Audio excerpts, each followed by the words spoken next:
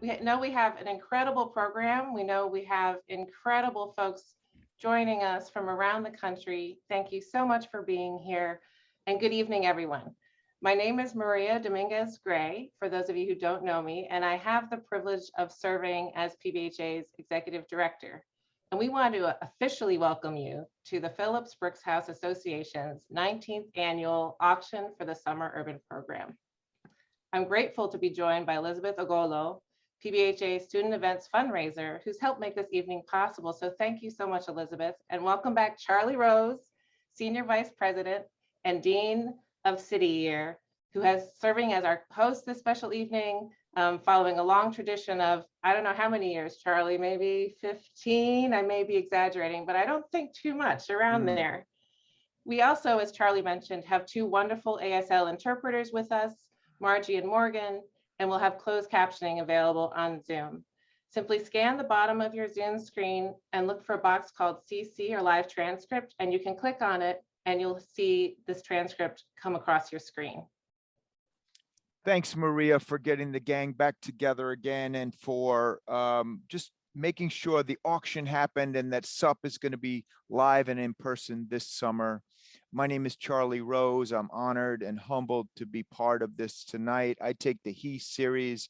I'm sitting in Roslindale. I acknowledge that the land I'm on was originally the land of the Massachusetts Native American tribe, and I just want to pay respects to their elders, past and present. I'm thrilled to be here with Elizabeth. Tonight, we're making a difference in the lives of hundreds of children and their families in Greater Boston, where my children were raised or are being raised. And with your support, we can provide families throughout the region with high quality, affordable summer enrichment programming. And you'll hear tonight how important that is this summer, in some ways more than ever, due to the challenges of the pandemic. And together we can make sure that children have the academic, the social and emotional support they deserve, while also supporting their families and the well-being of their families. So we ask that you consider showing your support by participating in the online auction or by donating directly to SUP. And you can click on the link. Cody has put it in the chat multiple times. Cody, you are the best. Check out the items, and they look great, Elizabeth. And I just want to appreciate you and the folks who curated all of these over 100 items for everybody. It's definitely been an incredibly rewarding work in progress. I am so excited to be here tonight. I want to give a big shout out to you guys, Maria and Charlie. Thank you guys so much. But really, I want to take some time and really give thanks to all of our volunteers and our partners. You know, you guys are the reason why we're doing all this, and you guys are the reason why we have been able to do all this. So I just really wanted to appreciate and share how grateful we are for your participation, for all of your work, for your dedication. Just incredible. So now, while we are hoping to definitely raise money for SUP this evening, we also wanted to celebrate SUP and its dedicated community. There are some amazing folks who have, committed themselves to ensuring that the Summer Urban Program is just an incredible experience for all who are participating. And we're going to have some amazing guest speakers who will share a few words about why programs like SUP are just so important. So tonight, we're going to be hearing from our honorary chair and the executive director of the Harvard Alum Affairs, Philip Lovejoy. We will also be hearing from our 2022 SUP Impact honoree, the executive director of the Third Sector New England, Elaine Ng. We're having several of our student leaders and supporters who make SUP possible here tonight. And I just want to make sure that everyone is going to, just share the same love and, enthusiasm that these people have shown us. So, without further ado, we would like to go ahead and share a brief video that has sparked energy and love across the SUP community. Let's get started. Thanks, everyone.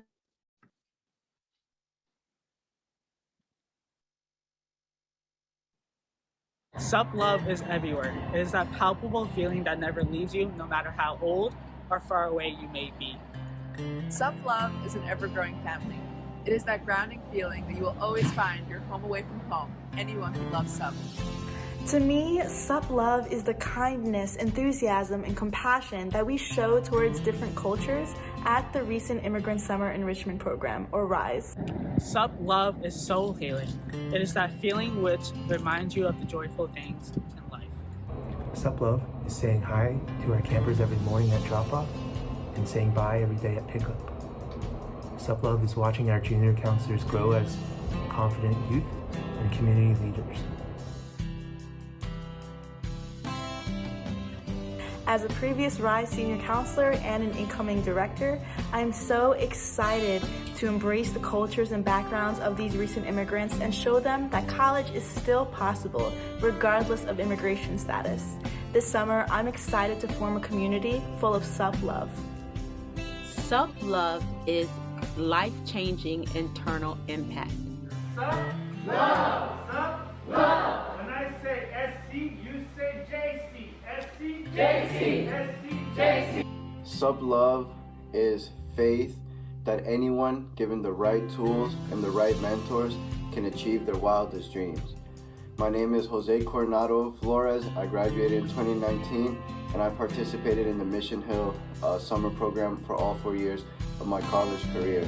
Over 30 years ago, I walked into Philip Brooks' house and I have never been the same.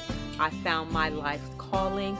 I got to volunteer and impact the lives of others. Sup Love has been passed down from generation to generation of campers and counselors. And Sup Love is making lifelong memories and friends over the summer while making an impact in the community. When I say what's up, you say Team Sup. What's up, Team Sup? What's up, Team Sup? When I say Sup, you say love. Sup Love. Sup Love. My life has never been the same. The impact that I have now is directly related to the decision that I made to join a SUP program. Sup Love is the confidence and faith that it is meaningful to serve underserved communities and to make a career from it. Today I work at 2 nonprofits as a development associate and as an ESOL teacher to adult immigrants. Sup love is everything to us. SUP Love forever.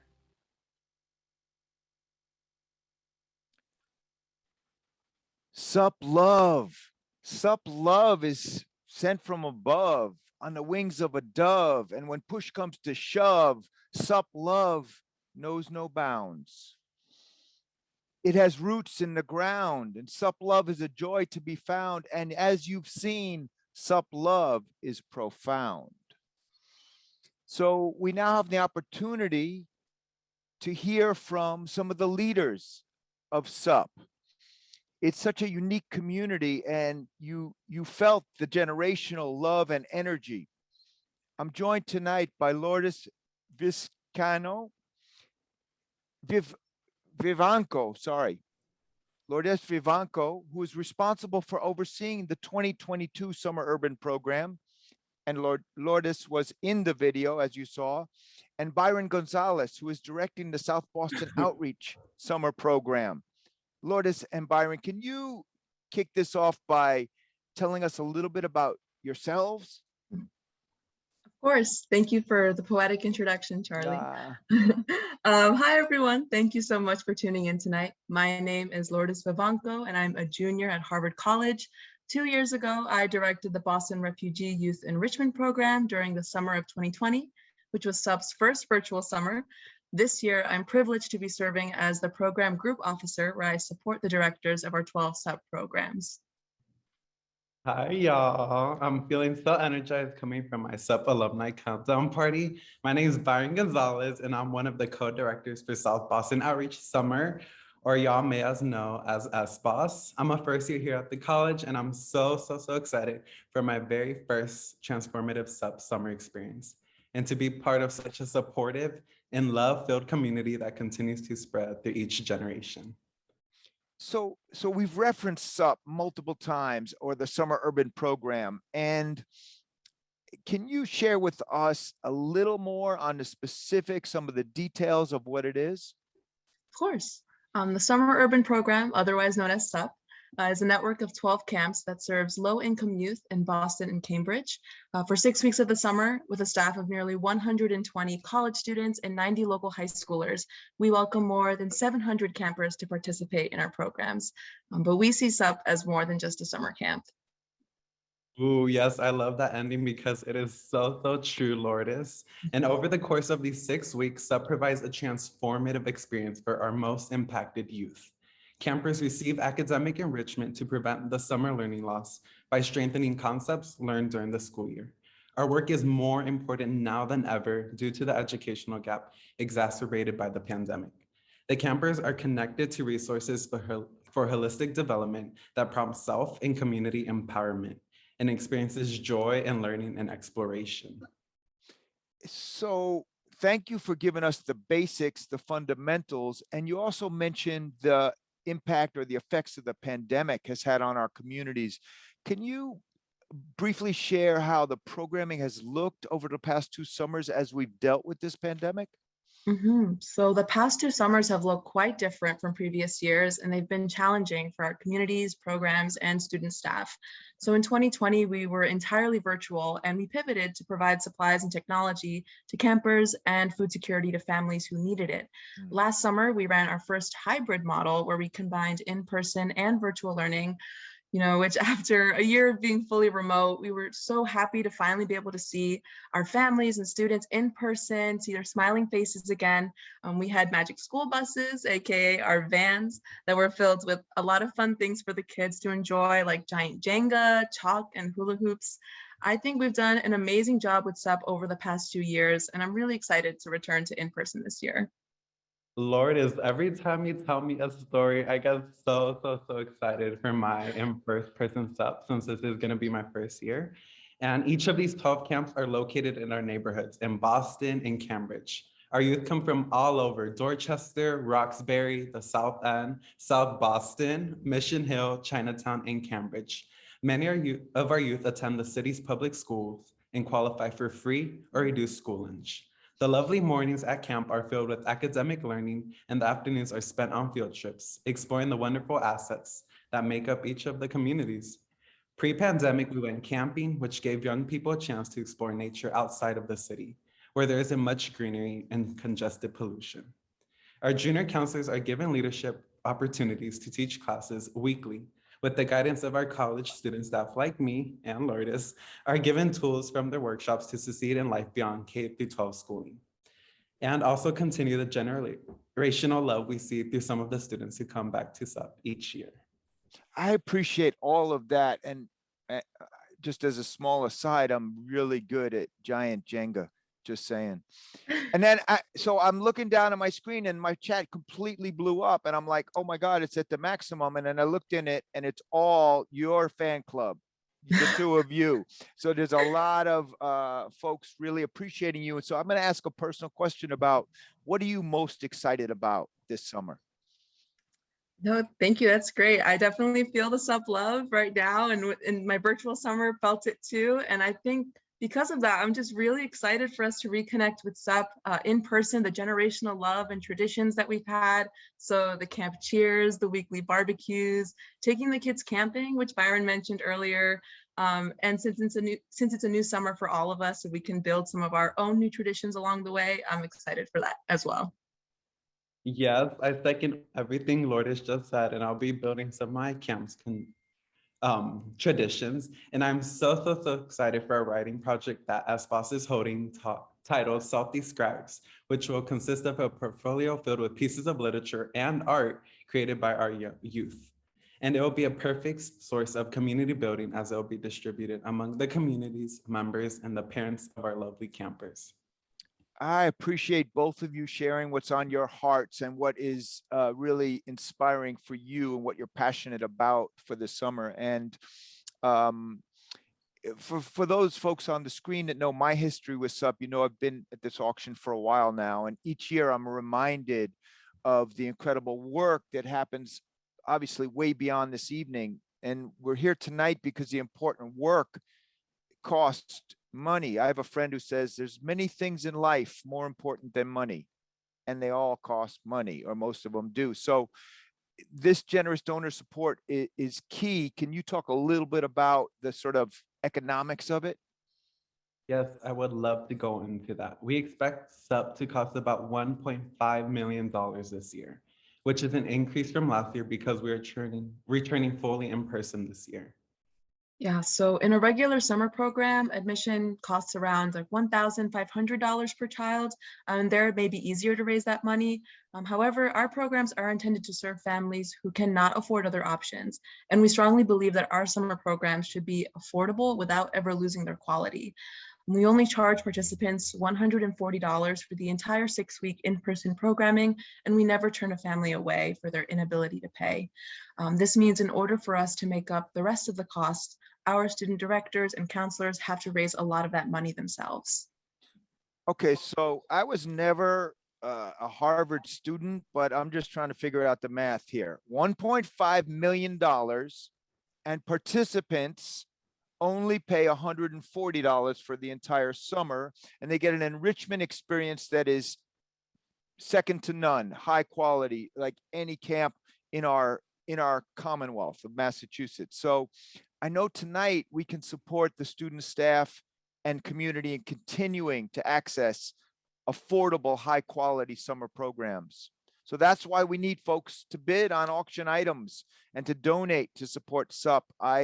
I was so inspired by the rehearsal the other day with you two and the other members that I went on and made a significant donation for me, just what was important. Not on an auction item. I am bidding on several items, and I'm wrestling with Elizabeth for that Marcus Smart jersey, but I made a donation on top of that, and I encourage everyone to do that. So Lourdes and Byron, you two are incredible. Thank you for sharing the plans you have for the summer. Above all, thank you for the incredible work that you're doing now to prepare and what you will do this summer.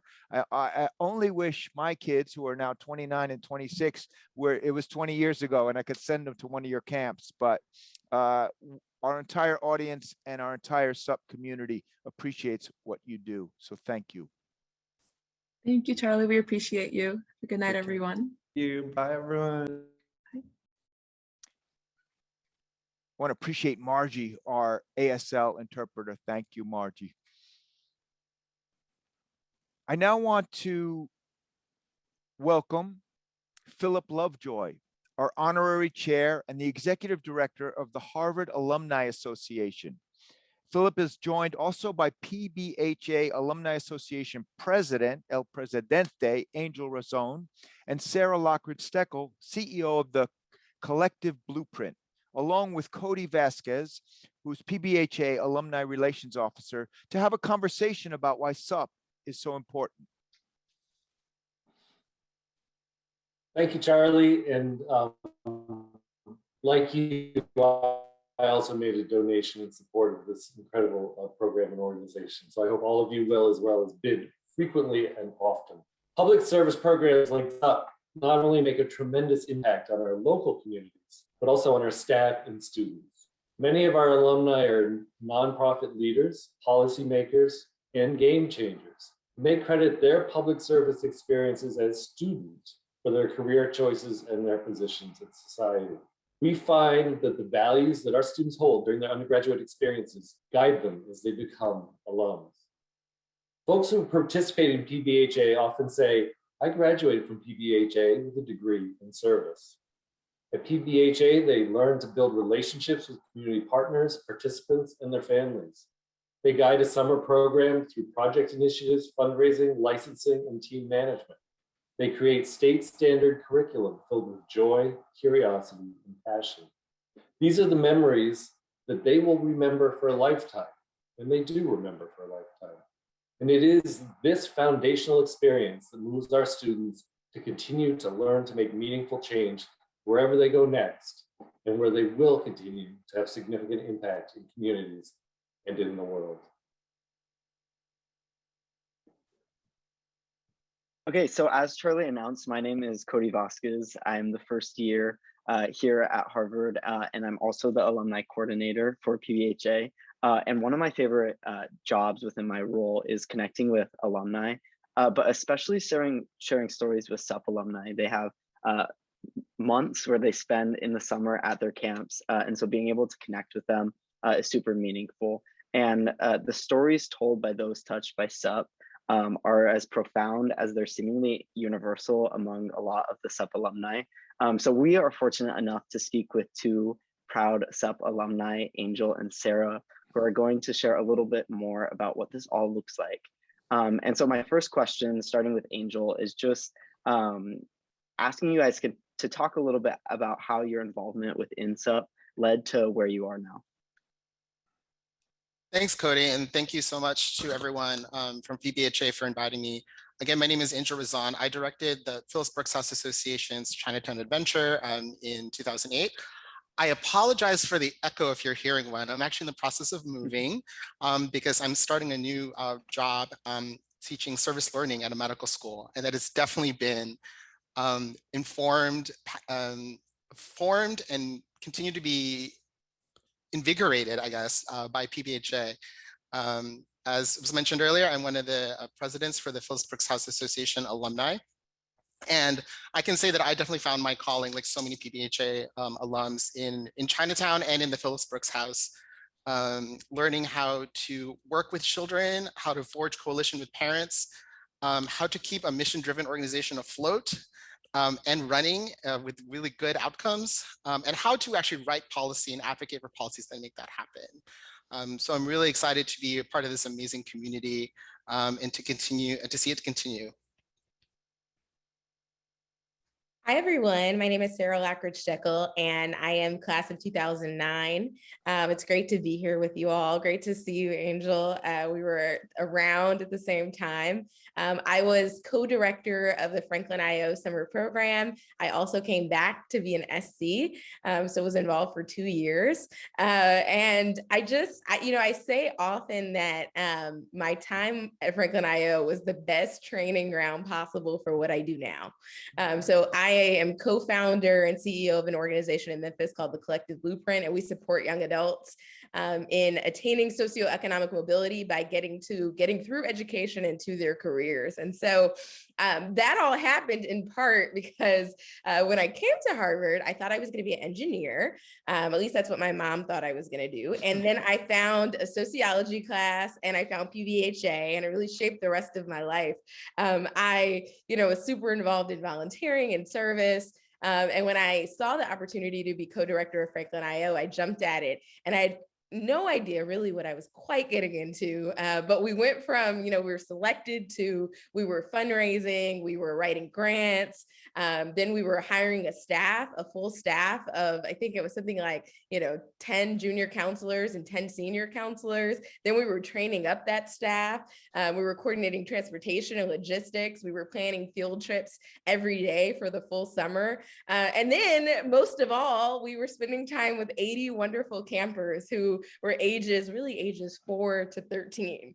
So it was quite the summer. And I had an amazing relationship with my co-director. We're still incredibly close and work together to this day. But it really taught me about what it looks like to partner with communities, what it looks like to partner with families, what it looks like to get feedback on what we could be doing better, because we were consistently trying to get better at what we were doing.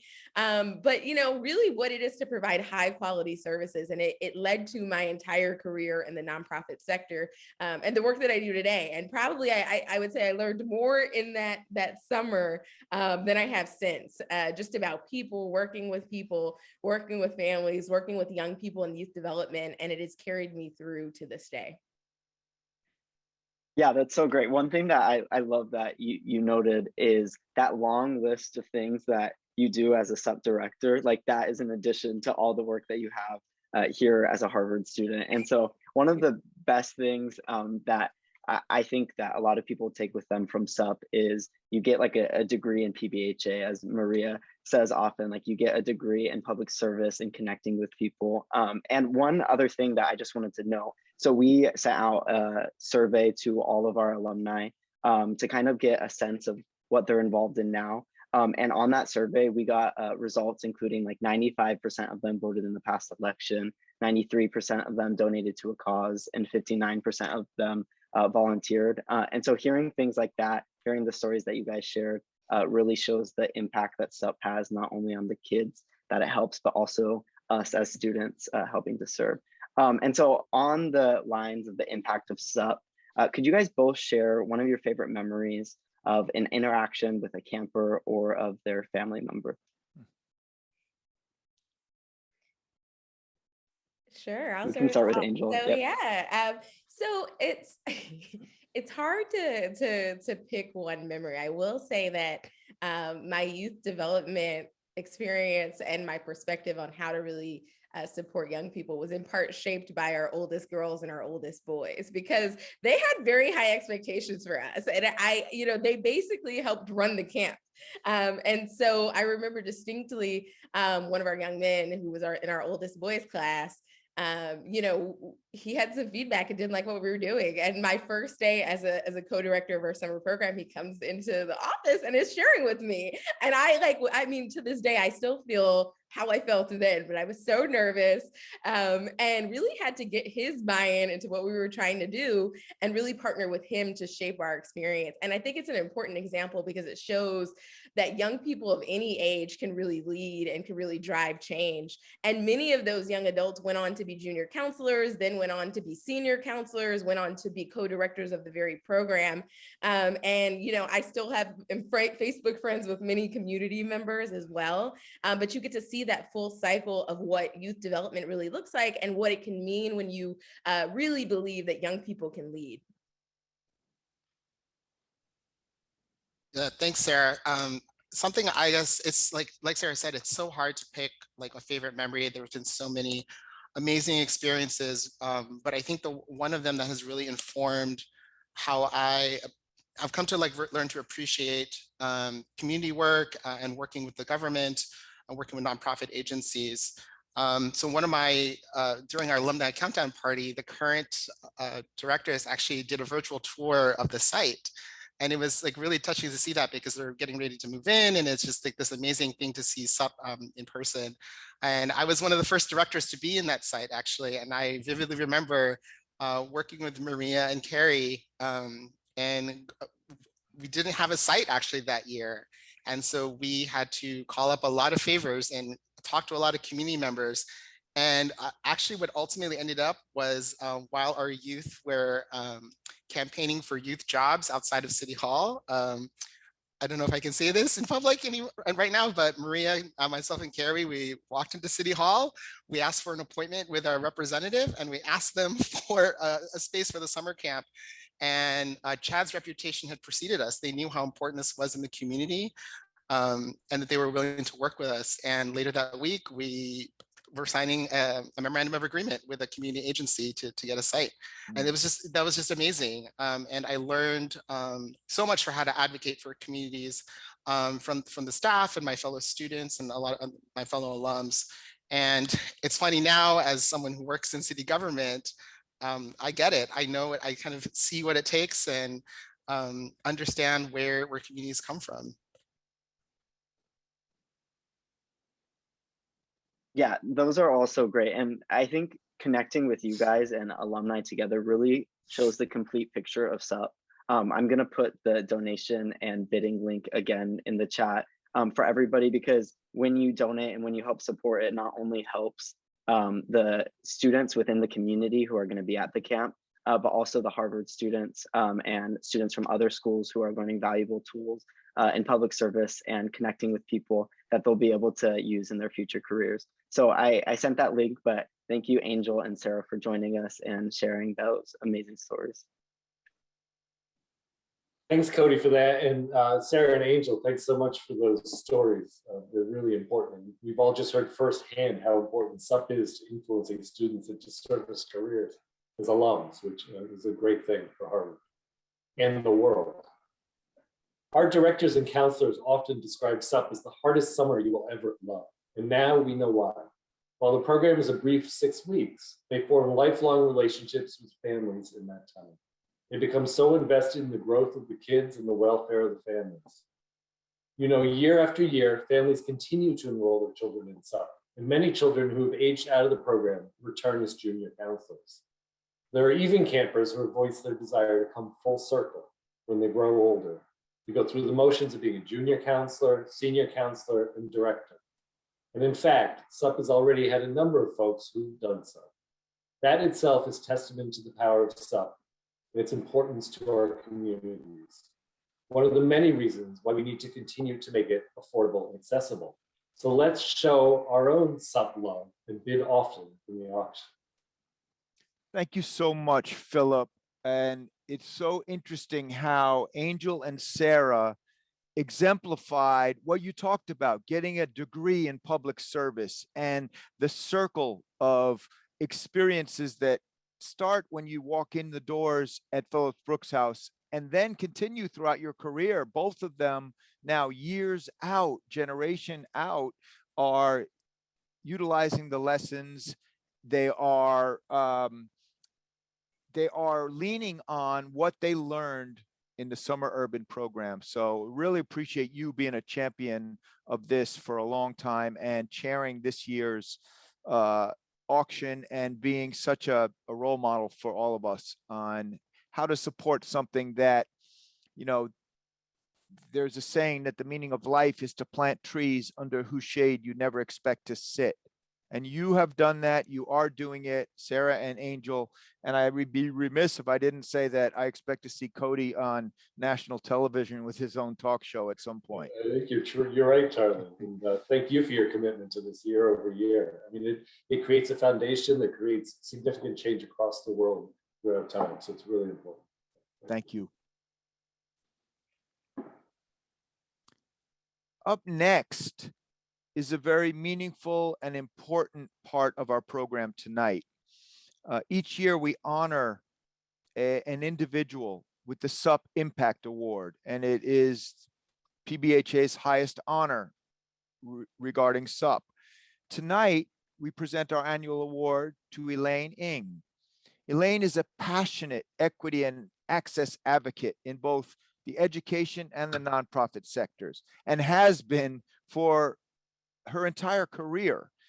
She currently serves as the executive director of Third Sector New England and is doing remarkable work, which you'll hear about in a moment. We are joined tonight by Pbha Thelaparath, president of PBHA. Madam President, welcome. Alan Dye, who's the director of Chinatown Adventure, one of SUP's programs. You saw Alan in the video. And Carolyn Chu, a board member and executive director of the Asian American Resource Workshop. Pbha, you take it away and share a little bit about this award. Absolutely. Thank you, Charlie. So the SUP Impact Award is given to a community leader or organization in Boston or Cambridge whose work and support have served to champion the communities our SUP families live in. Since our SUP camps launched more than 30 years ago, they've remained deeply ingrained in the communities that they're in. Whether in Dorchester, Roxbury, South Boston, Chinatown, the South End, Mission Hill, or right here in Cambridge, the community is truly what makes our camps what they are. Our SUP Impact Awardee, Elaine Ng, has worked tirelessly for the Boston community, and we're so glad and excited to honor her tonight. I'll pass it on to Alan to share a little bit more about Elaine's work. Thanks, Pbha. Elaine Ng is the Chief Executive Officer of Third Sector New England, a nonprofit capacity building organization that provides consulting, training, executive search, fiscal sponsorship, and property management services to the people and groups striving to create a more just and democratic society.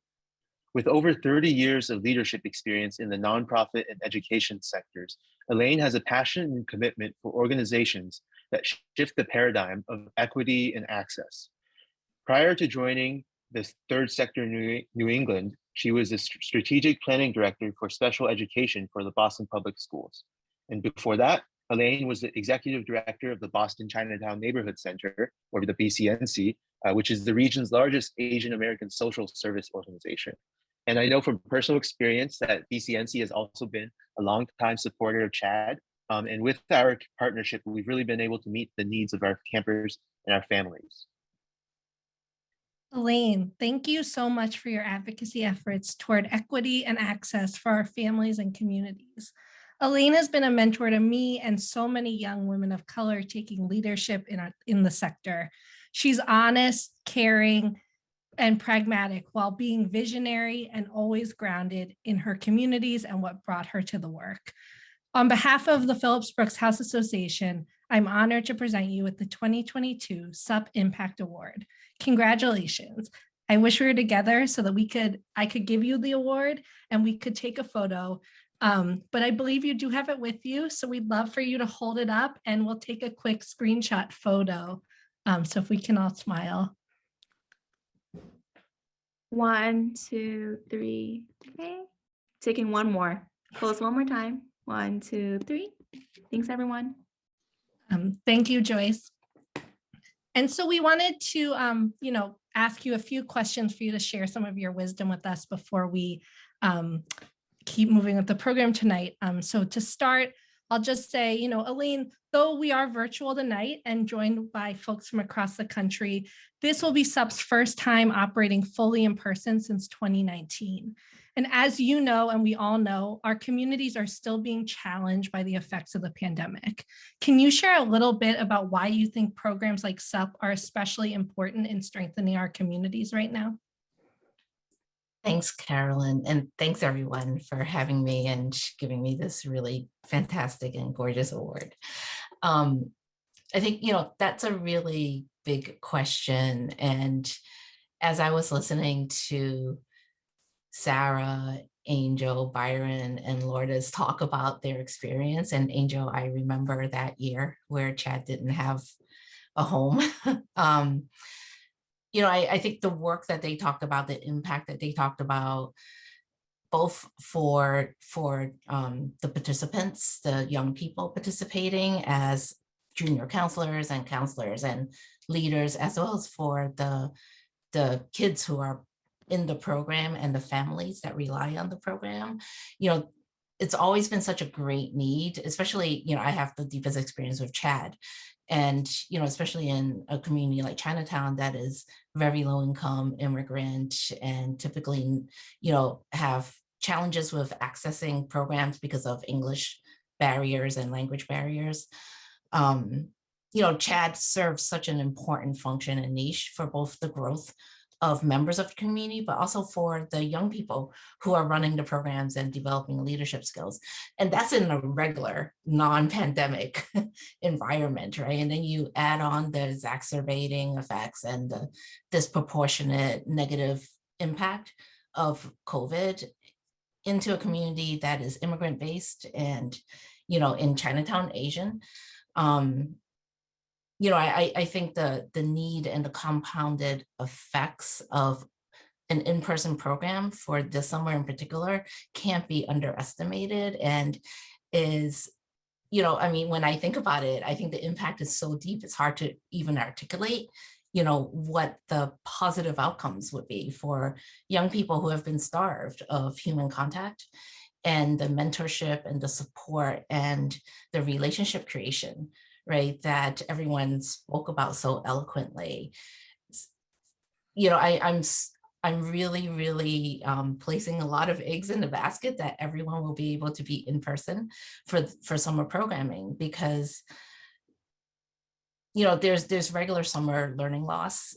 And then, with the pandemic, that loss has been, at least doubled for many, many children.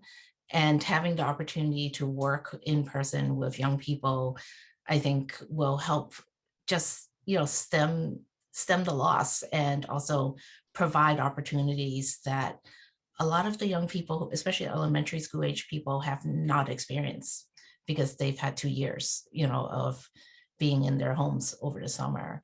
So it's hard for me to express, right, how deeply impactful programs like, the programs that Pbha provides over the summer will have in our different communities. And, I think the learnings and just, thank you, Sarah and Angel, for sharing how, SUP has changed the course of what was your academic career and have, provided you with a pathway to have a career in service. I think, you know, that's amazing, and having that opportunity for other PBHA students and leaders is critical, because the nonprofit community is suffering a lot of, you know, suffering under staffing shortages, and, you know, folks not able to make a living in this work, especially, you know, in time of pandemic. So I think having the opportunity to expose more young leaders to the joys and the rewards of working in nonprofits, and then also advocating for the policy changes that make these careers livable careers, you know, for all of us in this space, I think is critically important. And, you know, you are the group to do it. So I'm, you know, just really grateful that, you know, Chad is doing this work, and SUP is doing this work, and PBHA keeps on, you know, the tradition of community service. Yeah, absolutely. Thank you so much for your insight, Elaine. And as we're thinking and working on rebuilding connections with our communities and dreaming about what this year's summer program will look like, what do you think is important for people to keep in mind? You know, one of the most impactful things with the summer programming is that it's a learning opportunity both for the young people who lead the programs and also for the young people who participate in the programs. And that's not common. You know, it doesn't always happen in summer programs that happens. And I think having those connections and being able to deepen those relationships and create the emotional connections with communities is really important, because we're coming out of a long period of isolation. And, you know, not just isolation created by the pandemic, but, you know, there's also been a lot of challenges just for immigrants in general, and communities that are underserved, and, you know, communities of color everywhere. And I think having the summer program and having summer program being in person is going to provide a different perspective for young people, both in service and those receiving services. Yeah, thank you, Elaine, for sharing. I think, you know, just from my perspective as the director of Chinatown Adventure this summer, it's really valuable to kind of hear your perspective in the longer term about sort of where we're coming from the past couple of years. And so, you know, I was wondering if you could share, or if you would like to share any closing thoughts you had about, you know, what you would ask our audience today to do to make our community stronger, and, you know, what ways we can strengthen our own communities around us. Thank you. Thanks for that question, Alan. So my only response on this is really brief. It's bid high and bid often, and donate, write that check. Just, you know, Charlie, I think, is leading by example. He's, you know, donating personally and also bidding high and bidding often. So, you know, I think we should all do that. I love that. Thank you, Elaine. Congratulations. I'm struck by being on the screen with all of you. I'm actually humbled by it. Carolyn described you as a caring mentor. Pbha remarked on your words as insightful. Alan talked about how valuable your wisdom and contributions are. I know if my kids are always saying, Dad, keep it real. And you do that. You keep it real. You talk about what's important, and you're unafraid to have the courageous conversations at any time. And I just think you're, you know, the power. I believe the most powerful leadership tool you have is your own personal example, and you exemplify that in every possible way. So thank you and congratulations. Thank you all.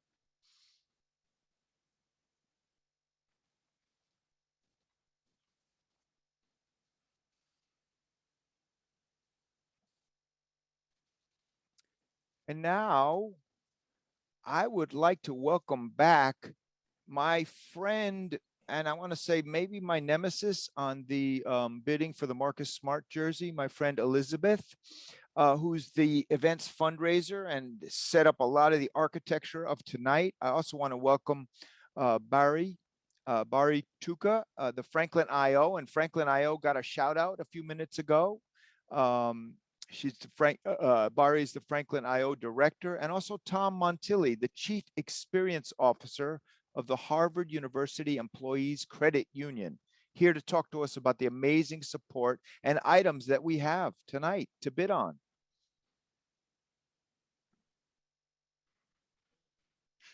So we have a performance from the Harvard Radcliff Baritones, an a cappella group that I'm a part of here on campus. The Baritones were founded in 1985 and have been singing powerfully moving tunes together ever since. And I personally find that my time in the group has given me such an immense sense of joy, and I hope that you all feel that today. So here's Leave the Door Open by the Baritones.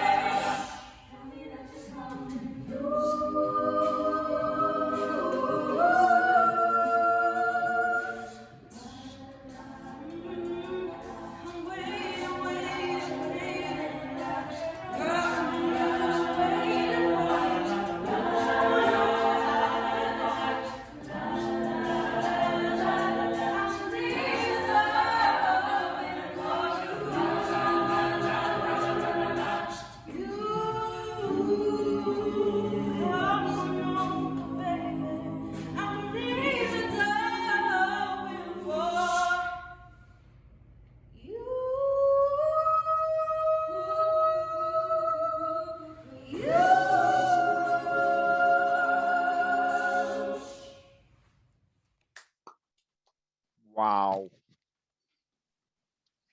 So if you like that performance, you can bid on your own personal performance from us. And that is just one of the many amazing things we have in the auction this year. Elizabeth, what are some other item highlights? Yeah, thank you for asking, Bar. You know, that was an amazing performance. I grew up as a choir kid, so I love a good harmony.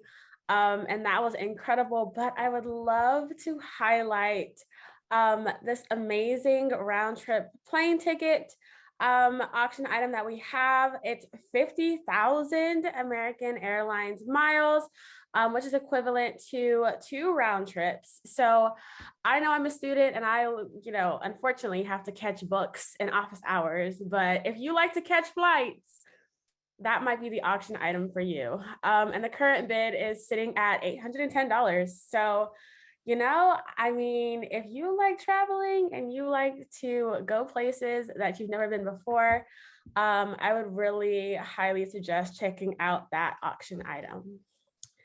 I also want to put in a word for the Marcus Smart jersey because I know Charlie is still eyeing it, but I think I got one in the back. I'm worried about how Elizabeth's going to feel, and I'm feeling like 50,000 miles. You could go to the moon if you really. I mean, again, I didn't go to Harvard, so it may be even further than that. But there's so many good items. A Taste of Central Square is an incredible one, and you could walk to it from your dorm room. The Crochet Bears, I bid on that as well. Bari, I have to say that was a spectacular rendition of a song that I originally heard Anderson .Paak and Bruno Mars do. And I think that the Baritones, I don't want to, you know, demean those two amazing singers, but the Baritones are right up there with Bruno and Anderson. So that's phenomenal, phenomenal. Elizabeth, Marcus Smart won Defensive Player of the Year. The team is in the playoffs. They're undefeated in the playoffs. I was at the game last night. You have to let me get the jersey.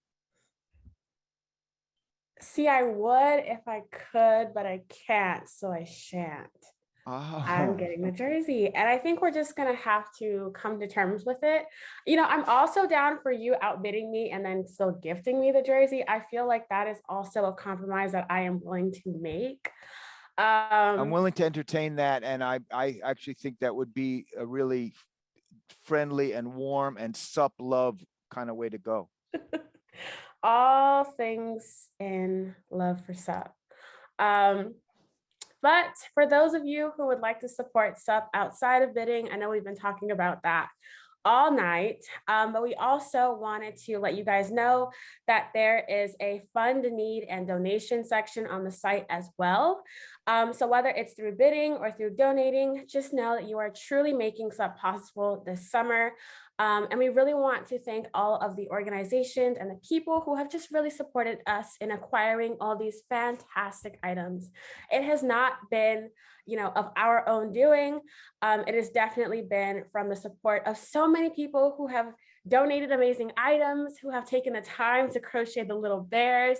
You know, we want to make sure that we are definitely uplifting and appreciating you guys as well. So speaking of support, Tom, the Harvard University Employees Credit Union, has been one of our longtime supporters, and we are so incredibly grateful for your partnership. So Tom, do you mind sharing a little bit of why you support SUP?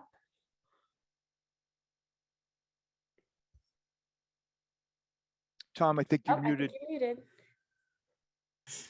Of course I am.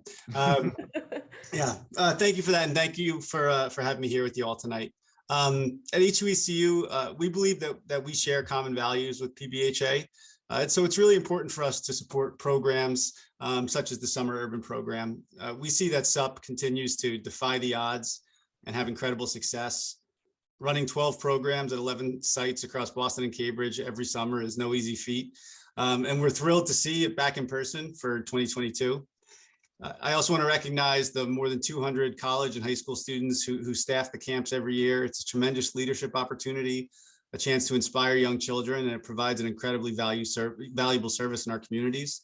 So we're honored to partner with Pbha in their mission to show compassion, to fight for social justice, build the community, and support diverse populations throughout the greater Boston area. So thank you all for giving us the opportunity to support these efforts and for all the important work that you do. Tom, I just so appreciate how your organization has consistently both, put your money where your words are. And it's encouraging, it's important, and it's obvious that you personally believe in it and your organization believes in what we do. And that is, gives us fuel, both literally and figuratively, to do the work. So thank you so much, and keep up the amazing work. And we hope to see you in person at the next one. Absolutely. Thank you. Thank you. Bari, Elizabeth, I'll see you soon. I would Thank you so now, much. yes, thank you. I would now like to introduce Jia Han Lei, president of PBHA and a former senior counselor, to share her experience this summer with a few campers. Hi, thanks so much, Charlie. So this past summer, I had the privilege of being a senior counselor at the Boston Refugee Youth Enrichment Program, also known as Pbha. And it was honestly, I don't use this word lightly, but a life-changing experience. I think we talked a lot about just like how much we learn as being like directors and senior counselors, but we honestly learned so much from the kids. I think there was never a dull day. And I think we honestly forget how much insight and the capacity kids have to really understand the world around them. And it's amazing to see. And yeah, and we have a video, and of course they're entertaining every single day. And we have a video to share with you guys about just one of our amazing campers and our amazing director, Alan. The first question I have is, what are you excited for this summer for Chinatown Adventure? I'm excited for like making new friends, I guess, and meeting people. That's awesome. Great. And can I ask, like, what was your favorite part of summer camp before, like when you used to do it? Camping. Camping, yes. That was my favorite part too. I get to like feed a goat. Oh my gosh. Yes, I forgot about that part. Yeah, and like chickens, right? Yeah, I think so. Well, like Yeah. my favorite part was like when we found a dead snake. What? Wow, that's wild. That's kind of scary, actually. No, it's dead. You're right, you're right. Casey and Essie's were like, don't touch that snake. It might have tons of germs inside it. Oh, no, they're right, they're right. It's kind of gross.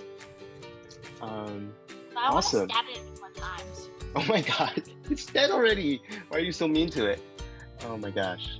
All right, thank you for the answer. And then the last question I have, Danu, is what do you want to do this summer?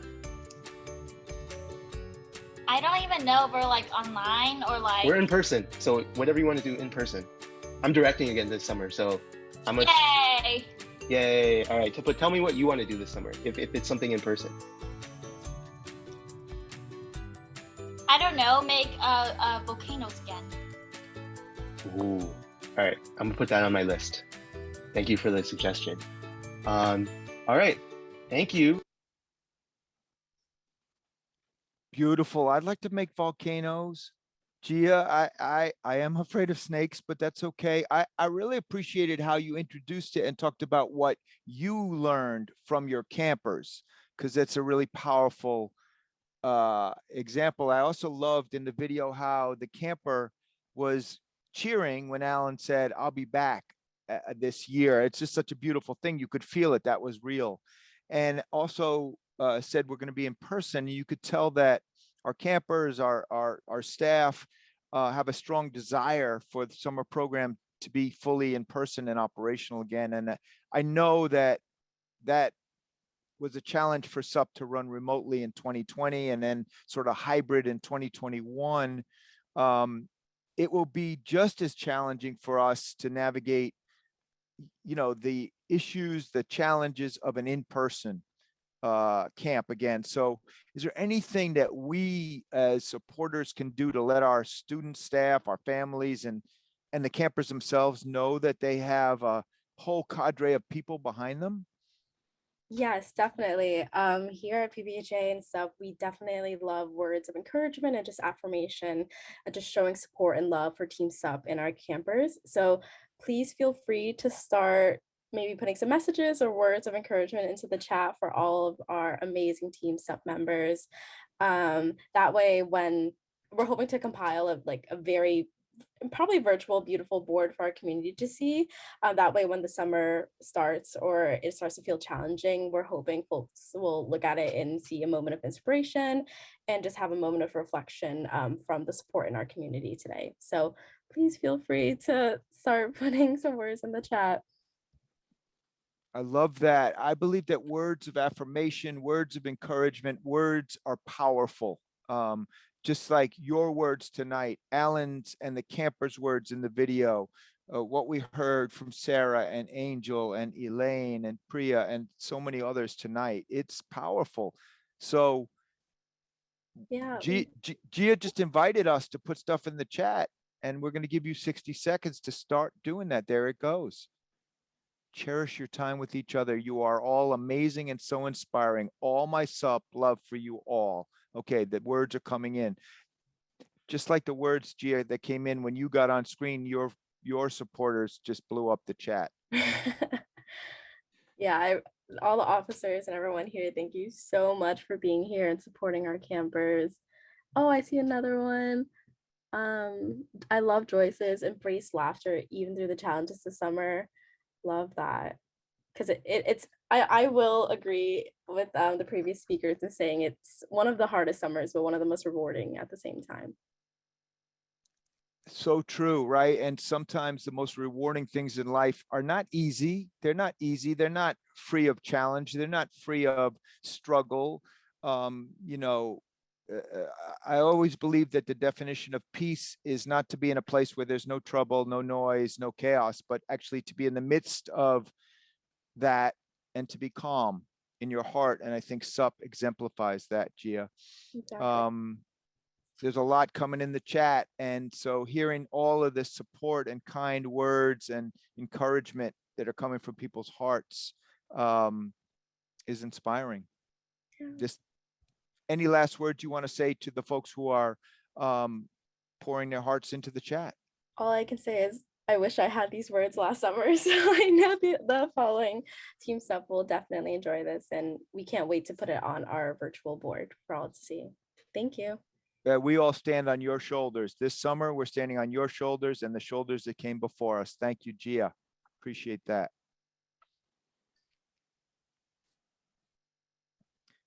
So the final part of our evening, I again want to thank our ASL interpreters, Margie, Morgan, thank you. Appreciate you. The great Maria Dominguez Gray is back on screen, and this the last part of our evening is very meaningful to Maria and myself. It's personal. I hired Jorge Pamarin when he was 14 years old to be a peer leader in the South End, and I learned a lot from Jorge in his lifetime. Maria, we get to once again give out the Jorge Pamarin Rising Leader Award with Jorge's family. Such a privilege, Charlie. And as you mentioned, Jorge made such a difference in the greater Boston community as a youth worker. And he started in his early years also as one of PBHA's first junior counselors. So each year, we're very grateful to be joined by the Palmarin family to uplift a young person who embodies Jorge's spirit and gets to carry his legacy forward. We really know that the junior counselors, the young people in our program, as Elaine mentioned, are the folks who continue now in the current years that they're in, but in the future, they're our leaders as well. And they keep this work and social justice in Greater Boston going. I'd like to welcome Zeynep Bromberg, who's the co-director of the Boston Refugee Youth Enrichment Program, who's going to get to present this year's award and our 2022 award recipient, Stephanie Roa Martinez, a Pbha junior counselor. So welcome, Zeynep and Stephanie. Thank you for being here. Hello, thank you so much, Maria. My name is Zeynep. I use she, her pronouns, and last summer I had the privilege to serve as a co-director for Pbha. In SUP, Teens from each camp community serve as junior counselors who teach alongside the college students and are part of the Leaders Program that provides college access, mentorship support, leadership training, and opportunities for activism. The junior counselors are the heart of our programs, as so many of them have long-standing relationships with the campers and families. They have firsthand knowledge about best practices for teaching and the best places to go for field trips, and they bring their passion and voice to making the program stronger. Many junior counselors go on to be senior counselors and directors when they are in college and to be leaders in their communities well beyond SUP. It is my great pleasure to introduce the Jorge Pamarin Rising Leader Award, which is presented in this spirit to a junior counselor who has shown exceptional commitment to his or her or their home community and has demonstrated above and beyond leadership as a member of their camp staff. The recipient of this award represents an individual who possesses extraordinary capabilities as a future leader of PBHA's summer urban program and beyond. I know personally the quality of the individual who receives this award, and I am honored to have the Palmarin family join me to recognize Stephanie Roa Martinez.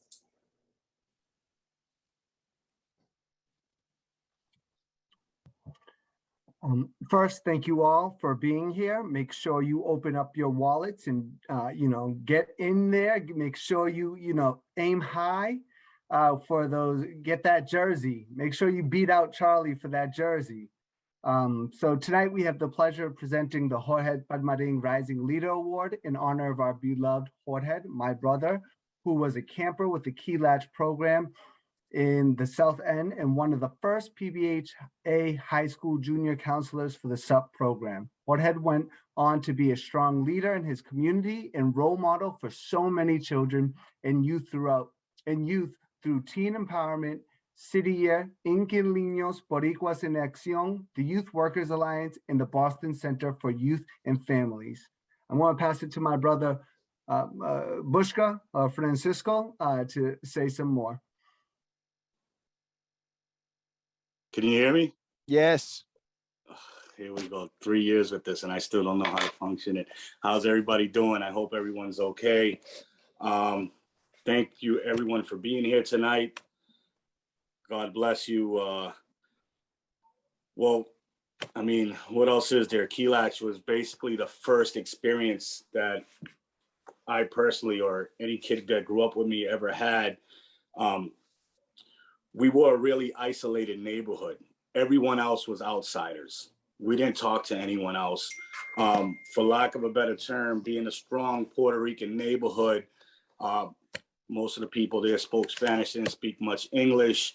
Speaking to outsiders meant that they would take us away from our parents and all these horrific stories that we were taught about the outside. But in came Key Latch, right? A group of Harvard students that walked in, and honestly, the first meet was kind of like, hey, how you doing? And that was it. And then we started talking to them, right? We're not supposed to talk to them, mind you. We get our butt whipped to speaking to strangers and whatever, these scary people. And it was like just comfortable. And then it was off to the races, and they would take us down trips out of the neighborhood, and they pulled teeth to get these trips done. Parents, I know my parents and other parents were looking at me, looking at them like, what do they want with our children? What are they trying to do? Lack of trust. I mean, the barriers they broke alone in Villa Victoria, outstanding. To the growth that they did today, where they're at today, I mean, to all of Key Latch, I gotta say, you guys are they're not even barriers. You're just walking right over them. I mean, sheesh, they say Tom Brady broke records. Forget about it. I'm grateful for that. I still say that, Key Latch is still, like I just said, it's the greatest example that a child from Villa, JP, Lenox Projects, Mission Hill could ever have. I mean, I didn't even know what college was.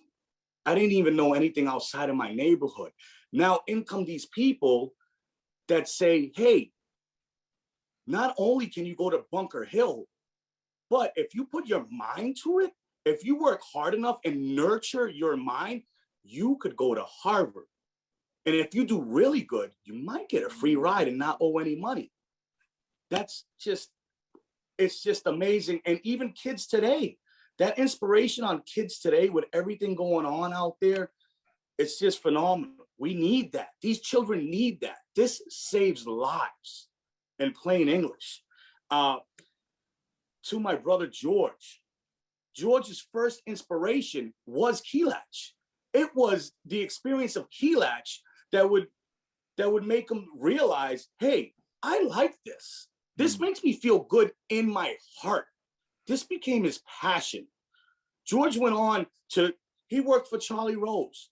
That inspired him even more. Again, rooted from Key Latch. He went on to City Year, which inspired him even greater. Again, roots back to that first meeting with Key Latch. This program that grew like a rose from the concrete, this tiny little program, who knew it would save lives? The children in this program are aspiring to be something greater than themselves. They're learning to write grants. They're learning to speak to councilmen. They're learning to grow something to save the lives of smaller children younger than them so that they don't have to see half of the things that they saw themselves. And we see things, we experience things. But at that same time, we have this ladder here that's given to us, and everybody on this line today is a rung on that ladder. You guys are giving these children the opportunity to one day maybe be in the position you are today. Maybe one day they're sitting here and they can say, I can give $10,000 because this child will not die in the projects tonight, because he's gonna have a way out, because I'm gonna ensure that he can study and go to Harvard. And that's what George did. George spent his entire life dedicating himself to make sure, in plain English, I'm sorry, and this is how I speak, that children will find a way out of poverty, that they will be able to feed themselves, clothe themselves, and find a means to buy a home to put their mother in that had to work every day so that they can attain that, to pull their parents out of the projects, out of poverty, and put them somewhere safe. And he spent his last weeks of breath in this world doing something that became a passion, that became his heart, that became his everything, that helped him sleep at night, that even when he was sick and he said, my days are numbered, but I love doing what I do today. And that rooted from his first experience with Key Latch. Go figure that one out. Who would ever know that? Who would ever know that this young child that Charlie Rose gave a job to when he was 14 would grow up and become this person, this individual, this man that rented an apartment in Tent City so that his youth could have a youth center, that learned to write grants so that right at 1050 Mass Ave in his last weeks, where he would, You got this, Pushka. You got this. You're doing great. I spent this time with my brother, and he didn't want to go home. Cancer was defeating him, and he didn't want to go home. He would go to the bathroom, and we all know what cancer does. It eats away at your insides. And I'm sorry to get graphic, but this has a happy twist to it. He'd throw up, he'd come back out, and I'd say, George, you have to go home. And he'd say, no. He did not want to go home. His passion and his heart to the very end was what he was doing with the youth of the city of Boston to ensure that they would have a future to build on. And he was inspired by this program right here. So that each person that helps keep this program running, and this isn't a pitch, this is a brother of a great individual that lost his life to a cruel disease, who spent his life doing his passion that he got from this program called Key Latch. So everyone here that is giving to this program, you are doing something phenomenal. You're doing something great. You're doing something inspirational. You need to be proud of yourself. If it's $1, if it's 10,000, hopefully 10,000, right? You need to be proud of yourself tonight, because you're taking moments from your lives to save a child that you'll probably never meet. But know this, that child is going to grow to be somebody like George and maybe greater. I thank you for your time. Thank you, Bushka. Thank you I so much. apologize for the tears. That's all right. Come It's on. all comes from the heart. As Bushka said, my name is Inez. Jorge was my husband. Jorge was a wonderful man. We just call him Georgie.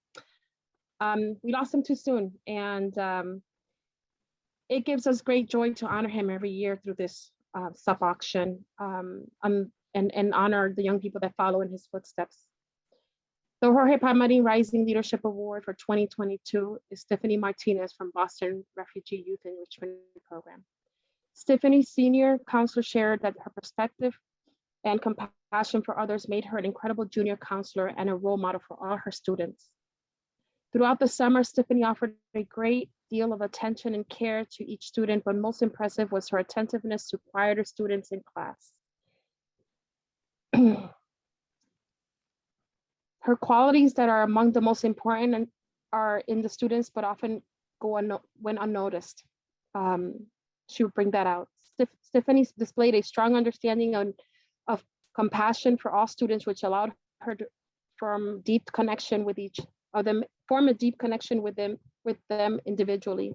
The lessons she created for students each week reflected her creativity as she managed to combine substantive academic material with fun, engaging activities that captured their attention and interest.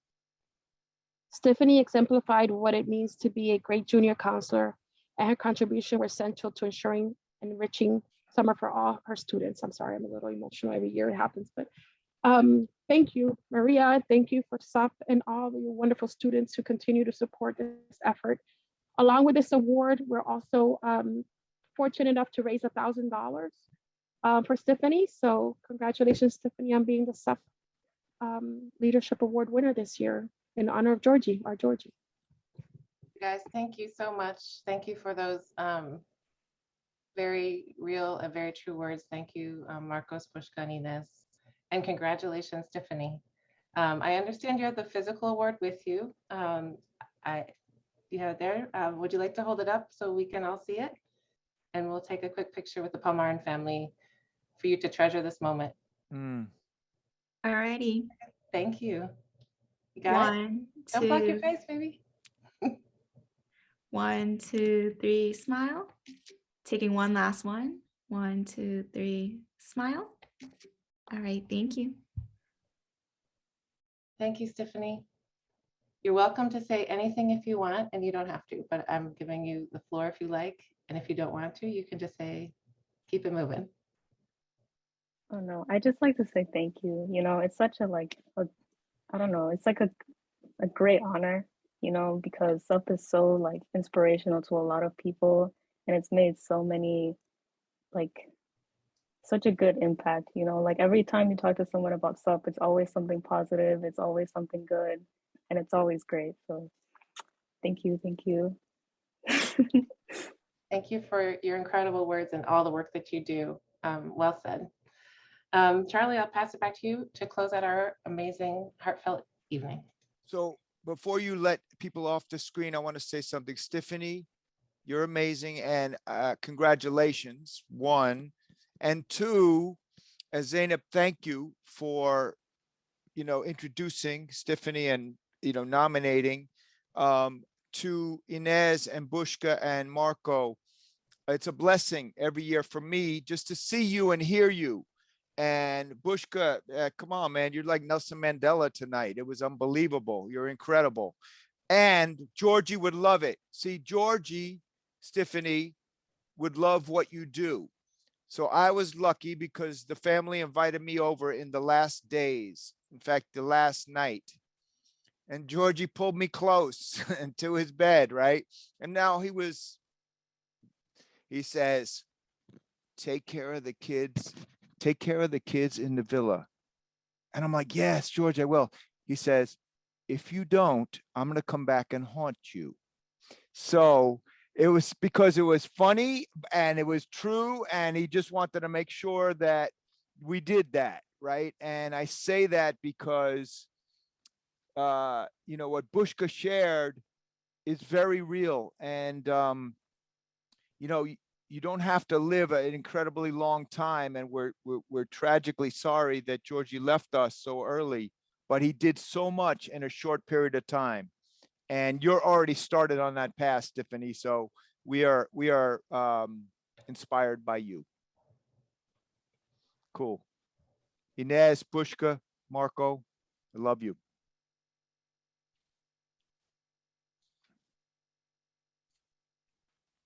I want to thank everyone for tuning in this evening.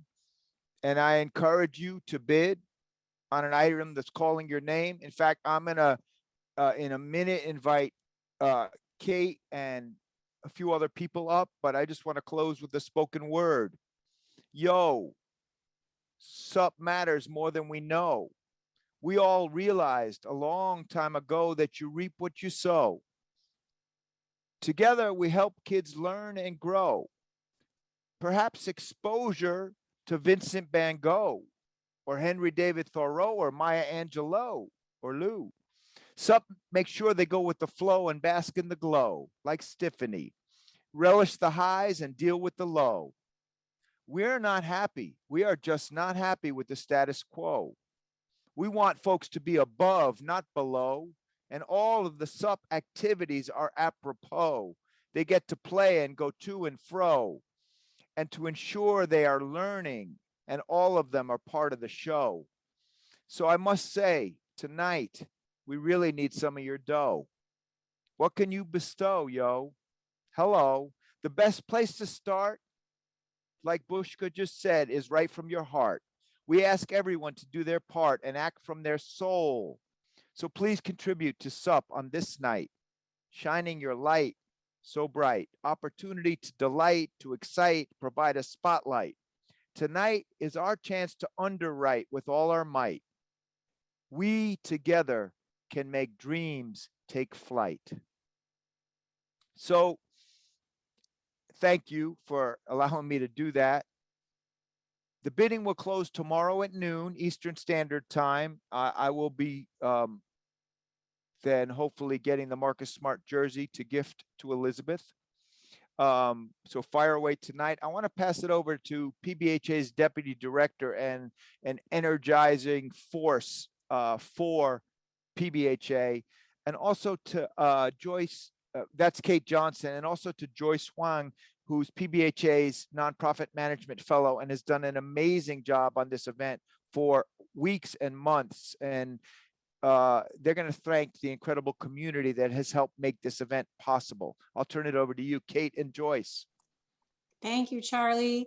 Joyce and I have the most important moment of the evening, although Palmarin is the most central to our values in life. But we have this moment where we get to thank all of you, because it takes a village and you are our beloved community. And when we all pull together, the legacy that Jorge charged us all with, taking care of the kids, we can do, because you're all here. While we look forward to the SUP auction every year during this month, our friend Craig Rogers and the Harvard Marathon Challenge look forward to the marathon happening in April. And Craig has been our partner for over a decade to help college students and Harvard affiliates run that marathon for SUP and help bring in the dollars that we need to take care of those young people. Craig, I'd love to just welcome you to share briefly about this year's marathon challenge and the experience of your runners. Thank you very much. I really appreciate it, Kate, and really appreciate everybody else. We've been doing this since 2006, and I don't actually do the work. It's the students and the staff and the faculty who raise the money for PBHA SUP and who train and who run the marathon. They do all the hard work. And this year, we had 5 amazing women run the Boston Marathon and raise money for PBHA SUP. 3 of those are undergraduates, Elise Lee, Isabel Levin, and Yao Yin. And we had 2 proctors, Lauren Mulcahy and Maeve Hofstad, who also ran with us.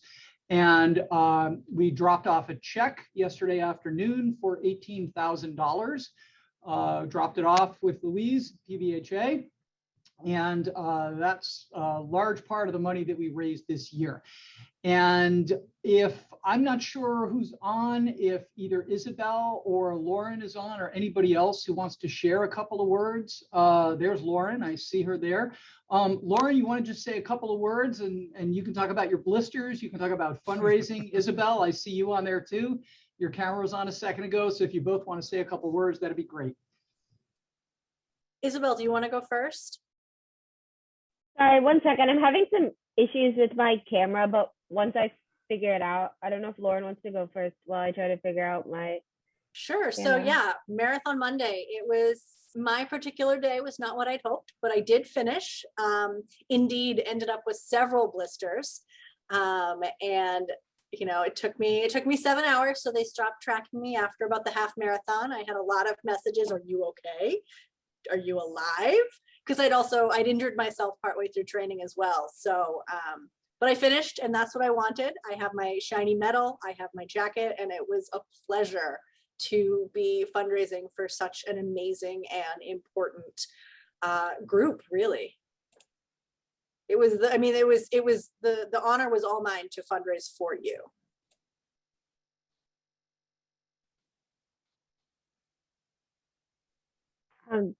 Cool. Sorry about that. I guess I can say a few words as well if Lauren's finished. But I loved running the marathon. It was truly one of like the most amazing experiences I've ever had, and I'm really, really grateful to be able to have had the experience and to work with you guys. I did really enjoy the fundraising aspect as well. I thought it was cool. It was a nice way I reached out to a lot of different people in my running community at home, and then I think it was very helpful. They definitely learned a lot more about the SUP program and were really interested in it, which is cool. And then in terms of the marathon itself, it was really fun. I loved all the energy and the fans, like the people cheering you on. And I thought it was a really incredible experience. And thank you for helping us be able to have that. Thank you so much again for not only being a part of an incredible run, but for also keeping SUP in your hearts. I'd like to also thank our amazing SUP auction host committee members who have guided us through our auctions time and time again and have been core to our success.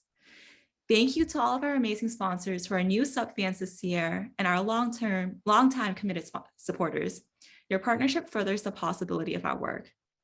Lastly, thank you to our speakers and to everyone who has donated an item. You have made this event quite the auction and our programming tonight meaningful.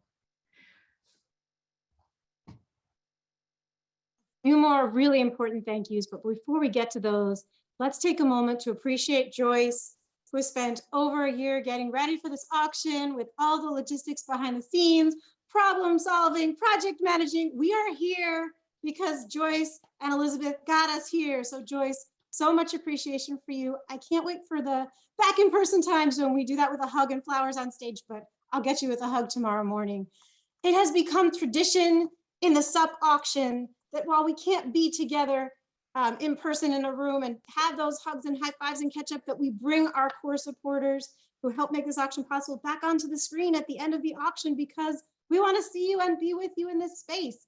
So our behind the scenes team will be promoting our auction committee members, our community partners and directors, and we would just love for you to turn on your camera for a moment and come onto the screen so that we can appreciate you. I see you, Sarah Steckel. They're going to get you on this call in a minute. 2009 FIO director, watch out. Angel Razone, who hired me for this job and told me at the time that since I was the youngest staff member, I better be good at technology. I'm sorry, you were wrong. And Zooming, that's so hard. Other folks coming onto the screen are beloved Deputy Director, Maria Dominguez-Gray. I don't know what I would do personally without you, but Pbha certainly would not be where it is without your guidance and leadership. Dustin, I see you, Hawaii. I'm jealous. thank you so much for all the support on strategy and fundraising and, honoring our safety and liability and making sure students are engaged. Ellen Semenoff, your partnership with Cambridge. Oh my goodness. We wouldn't have kept the shelters open this year without Ellen, right? When we're stuck, Ellen figures out how to get there. And when Cambridge needs us and we need, Ellen makes it happen in such a beautiful and powerful way.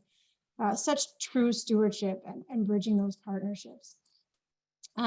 Juliet is our financial administrator. Oh, Juliet makes my life better every day because people need to get paid. Problems need to get solved. And Juliet never says no. That can-do attitude there. Thanks again to Elaine, our honoree, steward of Chinatown.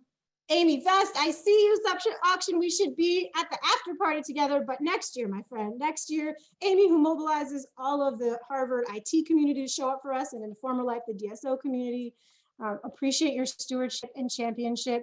Carolyn Chu is on our board, also community partner at the Asian American Resource Workshop and on our Stride Selection Committee. I feel like Carolyn's our phone a friend. When anything is going on in the community, she tells us what's happening and gets us settled in such a beautiful way. Deb and OCS, so much love and appreciation, making sure students have a pathway into public service at Harvard, funding 21 of our SUP staff so that SUP can be strong.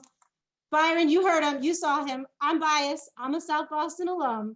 My camp is in good hands this summer. Y'all heard it here. Nicole Saturayan, also at the Office of Career Services and on our Chance Ride Selection Committee, really stewarding that pathway into public service in the future. Lourdes, our fearless leader with grace and humility and love, do you lead this team? I cannot tell you how grateful I am that you are the other half of my partnership this year to steward SUP. It is a gift. Melissa Luna, what did you say? 12, 17 years of board member, 12 years. I just made up a big number. Melissa's on our board, championing student leadership. And she has to take that 1 year off every 3 years and then she keeps coming back. I remember her directing a Key Latch summer. Oh my goodness. We took care of those Key Latch babies in the villa. Even when it was raining and we didn't have a site, we took care of those Key Latch babies in the villa. Love your partnership. I am so grateful for this community. You all, we can make it happen because we're together, right? Because there's beloved community, because there's solidarity, because whether you are a donor or an undergraduate doing this work, a community partner or alum who comes back to mentor, we give what we can and we center the young people and their families in what we do, right? And that is the magic of SUP. Charlie, thank you for being our forever auctioneer and for calling us to come together in person next year. Charlie's calling it, it's gonna happen. But thank you for this evening and the framing and guidance. Kate, drop the mic.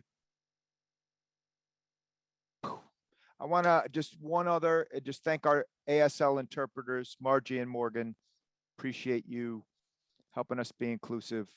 What an amazing evening. What an amazing, closing with the marathon runners is such a powerful metaphor for the work. Yeah, and sometimes you get blisters. Yeah, okay.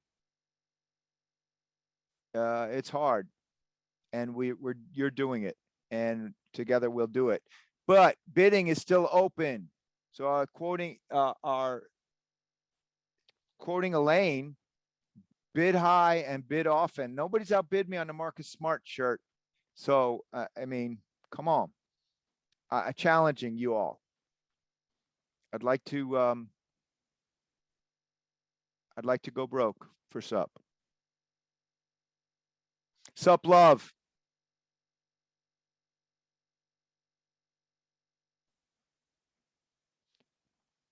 Thank you to all those that put in effort and that will continue to put in effort. We will be together next year in the same room. Thank you all.